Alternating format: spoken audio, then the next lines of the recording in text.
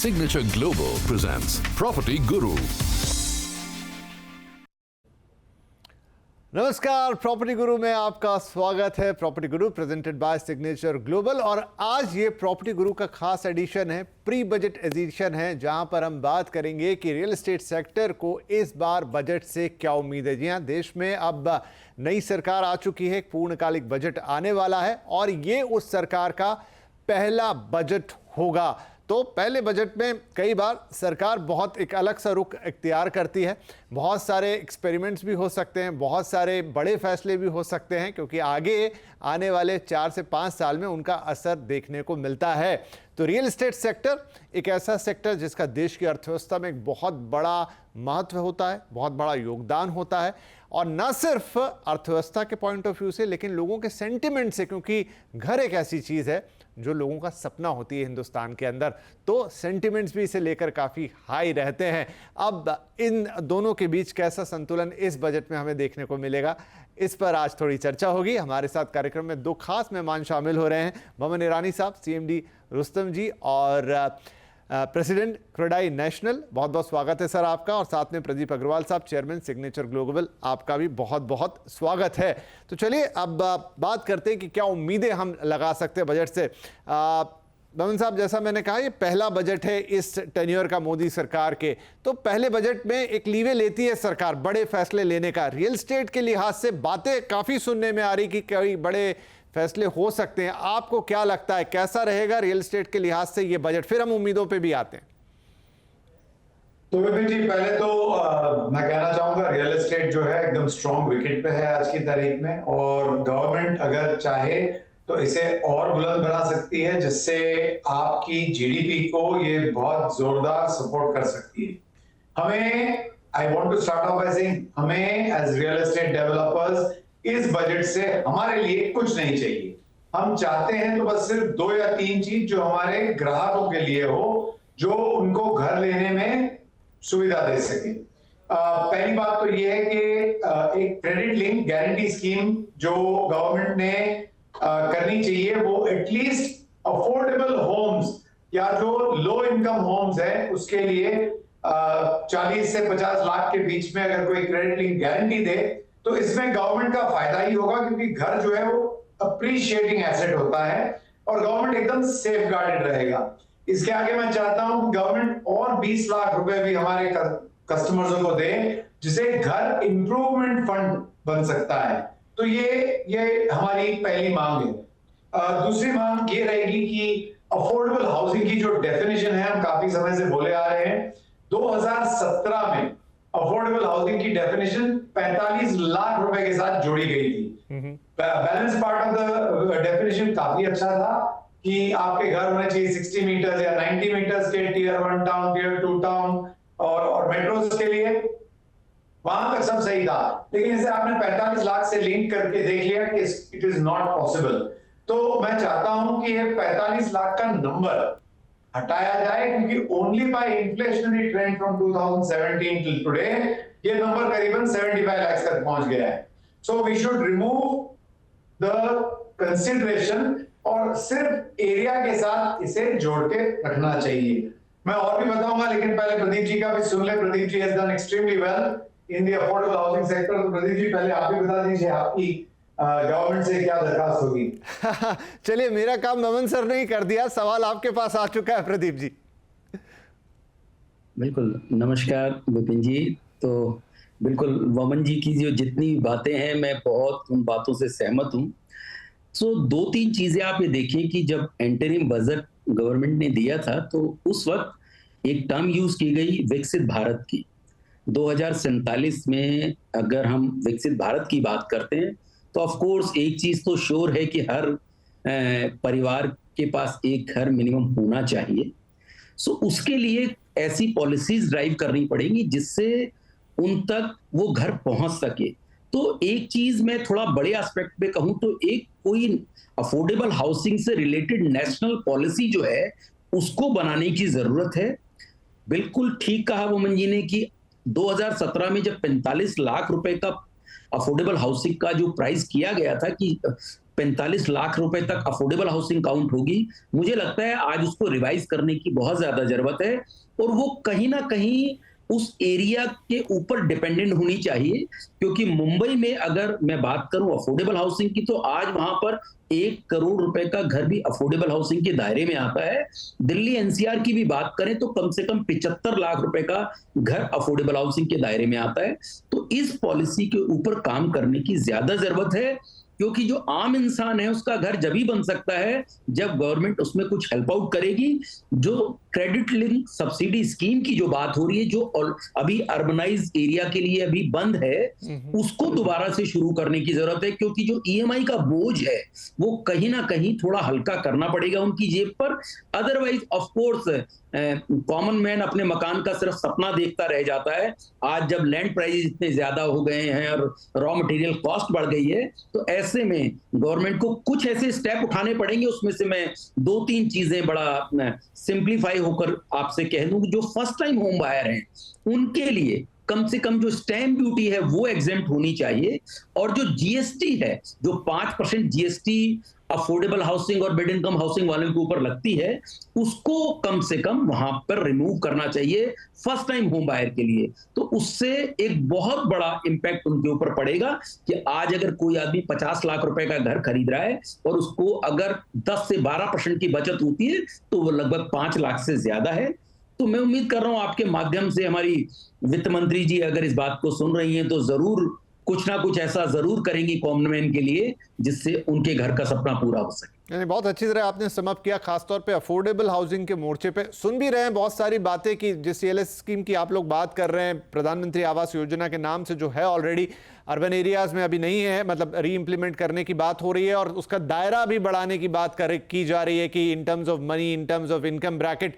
सही बात है, क्योंकि अब इन्फ्लेशन को अगर हम देखें तो वहां से बात बहुत आगे निकल चुकी है। राइट बमन साहब, आप कह रहे थे कि अब आप अपनी फहरिस्त को थोड़ा और आगे बढ़ाएंगे। एक जिसका जिक्र आप हमेशा करते हैं वो है टैक्स रियलाइजेशन। उम्मीद करता हूं ये भी आपकी फहरिस्त का हिस्सा होगा कि टैक्सेस जो हैं, चाहे जीएसटी ले लीजिए या अदर टैक्सेस, वहां पर आपकी हमेशा डिमांड रही है कि वहां थोड़ा सा एक पैरिटी लाई जाए।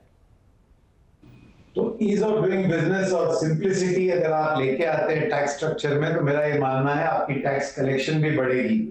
लेकिन उससे ज्यादा मैं कहना चाहता हूं, रियल एस्टेट जो आपकी जीडीपी का एक बहुत बड़ा ड्राइवर है, 250 इंडस्ट्रीज डायरेक्टली इसके साथ रिलेटेड है, और फिर सर्विसेज बिजनेस इतनी सारी जो इसके साथ जुड़ी पड़ी रहती है, प्लस एक सिटी का या टाउन का जो निर्माण होता है, एक चेंज आती है, वो रियल एस्टेट डेवलपमेंट से आती है। मेरा ये मानना है कि अगर गवर्नमेंट कस्टमर्स के हाथ में इनकम टैक्स की ब्रेक दे ऑन ऑल इंटरेस्ट पेड, तो बड़े सिटीज में भी बड़े पैमाने से आपको एक तरह से घर की बिक्री ज्यादा हो जाएगी। इससे गवर्नमेंट का एडवांटेज ये होगा कि लोकल गवर्नमेंट में टैक्स कलेक्शंस बढ़ जाएंगे, और आपकी जीएसटी से आपको जितनी आमदनी मिलती है उससे कई ज्यादा हो जाएगी। सो दिस 2 लाख रुपए जो आपने एक बंधन लगा रखा है, उसको काफी हद तक बढ़ाएं, ताकि लोग करोड़ रुपए के घर या 3 करोड़ रुपए के घर भी ले सके। और सिटीज में आज की तारीख में सबसे ज्यादा जरूरत है घरों की लोगों के लिए। दूसरा, हमने एक मांग की थी for urban infrastructure development fund. आगे चल के मेरा ये मानना है कि these 5 और 6 जो बड़े सिटीज है उसको छोड़ के एटलीस्ट 15-20 लार्जर सिटीज बनने की जरूरत है, और इसके लिए एक अर्बन इंफ्रास्ट्रक्चर डेवलपमेंट फंड जो गवर्नमेंट अलोकेट कर सकती है और फिर उसको इंसेंटिवाइज कर सकती है वेरियस स्टेट्स को, ये भी करना बहुत जरूरी है। इंफ्रास्ट्रक्चर में गवर्नमेंट ने काफी किया हुआ है, बस ये स्पीड इनकी चालू रहे इज आवर वन रिक्वेस्ट, क्योंकि इंफ्रास्ट्रक्चर के बढ़ने से ही रियल एस्टेट की उत्पादन बढ़ती है, और रियल एस्टेट के उत्पादन बढ़ने से लोगों को एक घर, एक काम करने की जगह is always improving and better. Right, infrastructure पे एक बड़ा इम्पेटस उम्मीद भी कर रहे हैं कि होगा। खबरें ये हैं कि इस बार सबसे ज्यादा फोकस पहले भी रहा है, लेकिन और ही वो फोकस बढ़ता हुआ नजर आएगा। वेरी करेक्टली सेड सर कि इंफ्रास्ट्रक्चर डेवलप होता है तो सीधा कोरिलेट हो जाता है रियल एस्टेट के अंदर से। लेकिन आपने जो इंडिविजुअल टैक्स पेयर वाली बात छेड़ी प्रदीप जी, ये भी एंटिसिपेशन है अलग कि शायद इस बजट में ऐसा हो कि टैक्स पेयर को थोड़ी राहत मिले। अब वो डायरेक्ट मकान से जुड़ी हुई राहत में मिल सकती है, एटीसी वगैरह वाली, जो बमन साहब ने कहा दायरा बहुत समय से वही का वही है, उसको थोड़ा बढ़ाइए, थोड़ा ऊपर लेकर जाइए। इसके अलावा थोड़ी और टैक्स रियायत जिसमें टैक्स स्लैब में परिवर्तन की भी बात शामिल है कि थोड़ा पैसा अगर एक्सेस आए एक टैक्स पेयर के हाथ में तो थोड़ा उसको आसानी होती है, वो अपनी ईएमआईज वगैरह अच्छी तरह मैनेज कर सकता है और घर खरीदने का उसका जो एक सपना रहता है उसके और करीब पहुंच सकता है। क्या उम्मीद लगती है इस मोर्चे पर वित्त मंत्री जी कुछ राहत देंगी? देखिए, मेरी जो उम्मीद है वो सेक्शन 24 में जो होम लोन के ऊपर मिलने वाला जो डिडक्शन है होम लोन इंटरेस्ट के ऊपर, वो जो 2 लाख रुपए का है वो काफी टाइम से है, उसको बढ़ाकर 5 लाख रुपए करना चाहिए।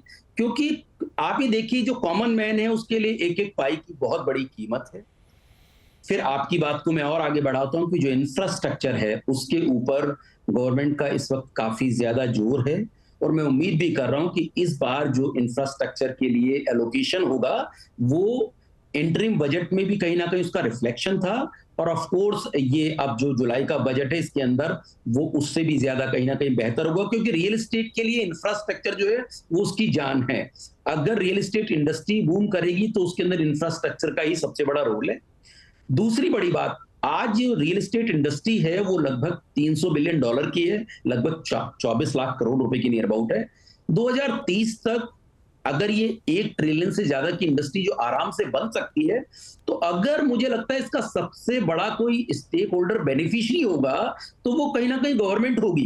तो गवर्नमेंट को कुछ ना कुछ ऐसी चीजें जरूर करनी चाहिए, पूरा इकोसिस्टम रन करना चाहिए जिससे जितने भी एस्पेक्ट ऐसे हो सकते हैं जिससे कॉमन मैन का घर भी बने और साथ में गवर्नमेंट को ज्यादा से ज्यादा रेवेन्यू मिले। तो यही एक रियल एस्टेट ऐसी इंडस्ट्री है जो सबको जॉब भी देती है और कहीं ना कहीं गवर्नमेंट को काफी बड़ा टैक्स हर माध्यम से देती है।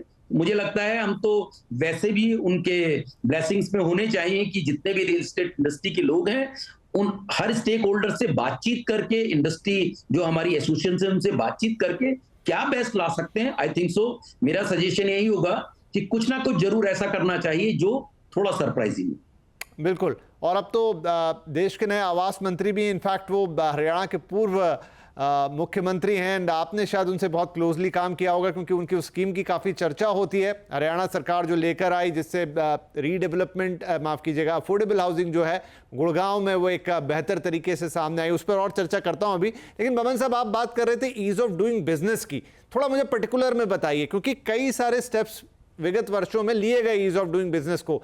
अब कहां पर अभी चीजें ऐसी हैं जहां लगता है कि इंप्रोवाइजेशन की जरूरत है?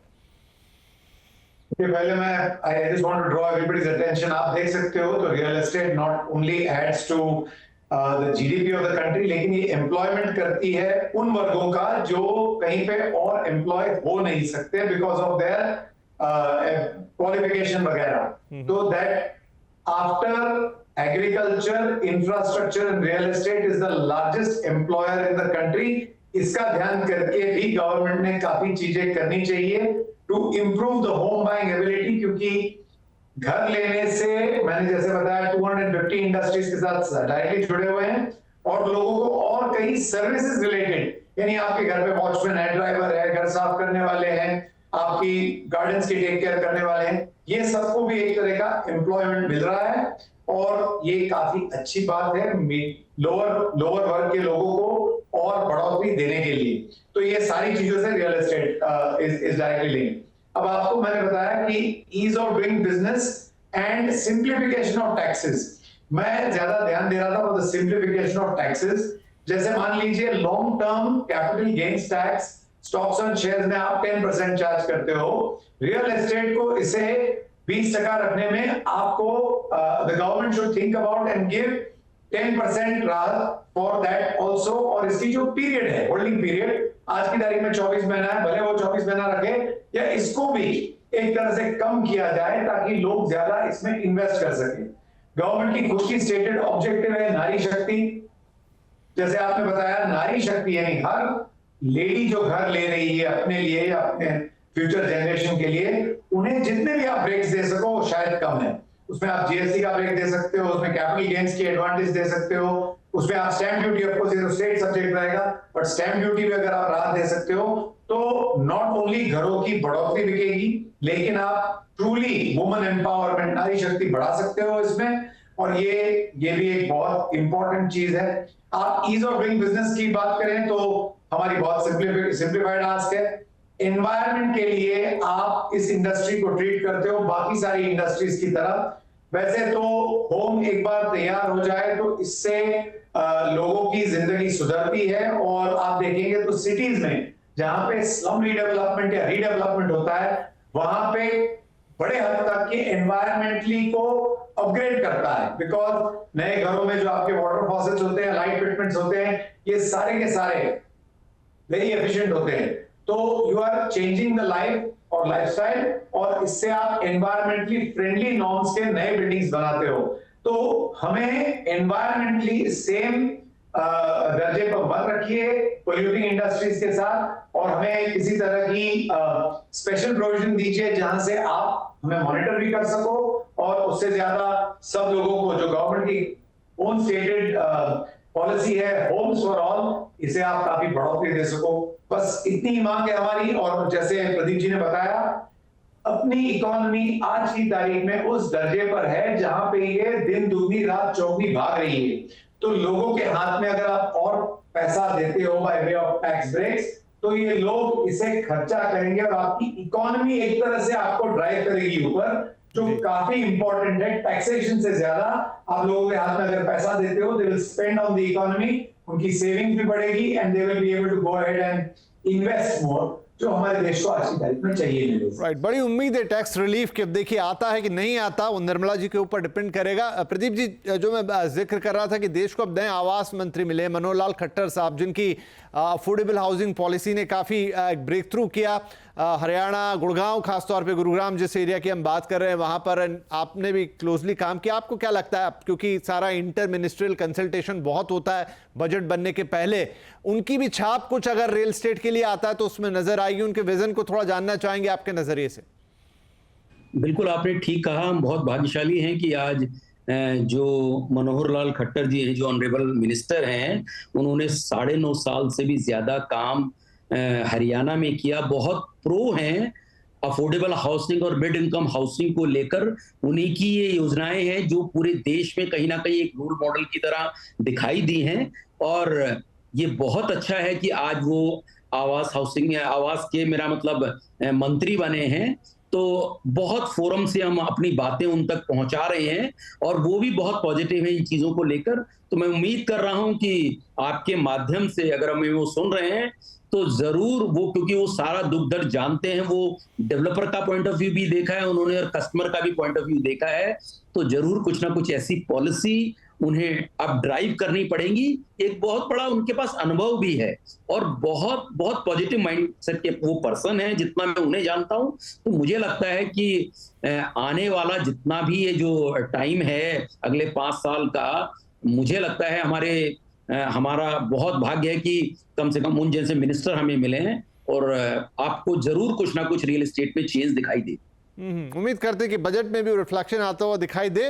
बमन साहब, एक और चीज है जो मैं चाहूंगा कि जिसका जिक्र हो यहाँ बजट से, उसमें उम्मीद करें ना करें आप बताएंगे कि ग्रीन इनिशिएटिव, कार्बन न्यूट्रल, ये वक्त की बहुत बड़ी मांग है। जिस तरह का क्लाइमेट चेंज हम लगातार देख रहे हैं, इसमें जरूरी है कि कोई बड़े एक्शन लिए जाए। क्या रियल एस्टेट इंडस्ट्री में कुछ ऐसे इंसेंटिव्स आ सकते हैं बजट में, या लाने चाहिए जहां पर इस ग्रीन इनिशिएटिव को थोड़ा पुश मिले? बिल्कुल सही कहा आपने। पहले तो देखिए, परिवर्तन ही संसार का नियम है, और पहले आया रेरा, जिससे लोगों को एक तरह की कॉन्फिडेंस आई। आज की तारीख में आप मानेंगे, और इससे भी पूछ लीजिए, लोग खुद, ग्राहक जो है वो खुद चाहते हैं कि एक तरह का सस्टेनेबल एनवायरनमेंट बने, और इसके लिए हमने काफी बढ़ोतरी की है। आज की तारीख में आप रियल एस्टेट को देखें तो 7.5% जीडीपी का एक ड्राइवर है। ये 15% यानी $1 ट्रिलियन ऐड कर सकती है जीडीपी को, लेकिन इसे करने के लिए हमें राइट स्टेप्स लेना बहुत जरूरी है। और जो हमारे क्रेडाई के जितने डेवलपर्स हैं, हम उन्हें हर बार गाइड करते हैं। मेरी मांग शायद दो पॉइंट में बता सकता हूं। एक तो जितने ग्रीन सर्टिफाइड बिल्डिंग्स हैं, आप उन्हें क्विक टर्न अराउंड एनवायरनमेंट के हिसाब से दीजिए, एनवायरनमेंट क्लियरेंस के हिसाब से, और दूसरा हमारे कस्टमर्स के हाथ में lower tax of property, lower tax of charges लगा के जितनी ग्रीन बिल्डिंग्स बन रही है उसे और इकोनोमाइज करें, ताकि हम इसे लोअर कॉस्ट में बना के लोगों को दे सके, ताकि उसकी maintenance through let's say continue taxes कभी रहे एंड वन टाइम इनिशिएटिव हो कि जितने हम ग्रीन बिल्डिंग बना रहे हैं उसमें लोकल टैक्सेस वगैरह अगर लो लगाते हैं तो दोनों तरह से कस्टमर को फायदा हो सकता है। आई डोंट थिंक इससे ज्यादा कोई हमें चार्ज है। Allow us to bring international technology जिसकी वजह से हम और ग्रीन होम्स बना सकें, whether it is water, whether it is air, whether it is just the overall development, हमें आप सपोर्ट कीजिए। हम ऑलरेडी इसमें काफी इम्पैक्ट ला रहे हैं। आपको जस्ट बता दूं, यही साल में क्रेडाई करीबन 25 लाख ट्रीज प्लांटेशन का एक ड्राइव कर रही है, सॉरी 50 लाख ट्रीज का प्लांटेशन का ड्राइव कर रही है amongst a lot of other things, and by 2050 हम चाहते हैं कि a large segment of our developers carbon neutral हो जाए, और इसकी तरफ हमारी पूरी मेहनत चालू है। नहीं, बिल्कुल सस्टेनेबिलिटी एक बहुत बड़ा इशू है, टॉपिक है, एक मुद्दा बन चुका है जिस पर हम सबको मिलकर काम करना है, और रियल एस्टेट इंडस्ट्री उसमें एक बड़ा योगदान दे सकती है। राइट, तो अब समाप्ति की ओर है हम। देखिए, बजट से बहुत सारी उम्मीदें रहती हैं, हर साल हम करते हैं, कुछ पूरी होती हैं, कुछ नहीं होती, लेकिन कुछ वक्त का तकाजा। इमीडिएटली मैं आप दोनों से पूछना चाहूंगा एक पॉइंट ऐसा जिस पे आप चाहेंगे कि इस बजट में जरूर कुछ ना कुछ सुनने को मिले। प्रदीप साहब, पहले आप। देखिए, मैं बहुत ऑप्टिमिस्टिक हूं। जो क्रेडिट लिंक सब्सिडी स्कीम है और जो इंटरेस्ट रेट के ऊपर जो 2 लाख रुपए का जो सब्सिडी जो अभी मिल रहा है, यानी डिस्काउंट, वो कहीं ना कहीं इंक्रीज होना चाहिए। इन दोनों पॉइंट्स के ऊपर मैं बहुत ज्यादा स्ट्रांग हूं, और जो ऑफ कोर्स इंफ्रास्ट्रक्चर के ऊपर जो एक्सपेंडिचर है वो एक काफी ज्यादा नंबर पर बढ़कर आना चाहिए। ये तीनों चीजें ऐसी हैं जो रियल एस्टेट को कहीं ना कहीं बूस्ट देंगी। ठीक है, बमन सर, योर विश। मैं तो कहूंगा कि अगर दोनों की विशेष सुनी जा रही है तो मैं अलग से विश करता हूं कि हमारे ग्राहकों के हाथ में आप टैक्स ब्रेक के इनिशिएटिव से ज्यादा पैसा दीजिए, ताकि वो अपने घर खरीद सके, और नारी शक्ति बढ़ाने के लिए आप जितने एडवांटेजेस दे सकते हैं, जैसे मैंने कहा जीएसटी, लोकल टैक्सेस वगैरह, उसमें आप प्लीज सपोर्ट कीजिए। We will be extremely happy, क्योंकि आपका ये नारा है होम्स फॉर ऑल, जिसे हम आपको पूरा करके देंगे। बिल्कुल, तो हम भी उम्मीद करते हैं कि वित्त मंत्री साहिबा ये सारी बातें सुनेंगी, गौर कर रही होंगी, ऑलरेडी उनके मन में होंगी, लेकिन कुछ ऐसी चीजें हैं जिन पर अगर तुरंत एक्शन लिया जाए तो उनके प्रभाव हम दूरकालिक देखेंगे, और यही मौका है सरकार के पास, इस बजट में वो करके देखें तो उनके सामने ही उसके प्रभाव आते हुए नजर आएंगे। बहुत धन्यवाद आप दोनों ही महानुभावों का। आई होप कि ये सारी बातें हम वित्त मंत्री तक सीधे सीधे पहुंचाएं। अब उम्मीद सबको रहेगी कि इसमें से जितने भी विश पूरी हो जाएं उतना अच्छा। बहुत बहुत धन्यवाद, नमस्कार।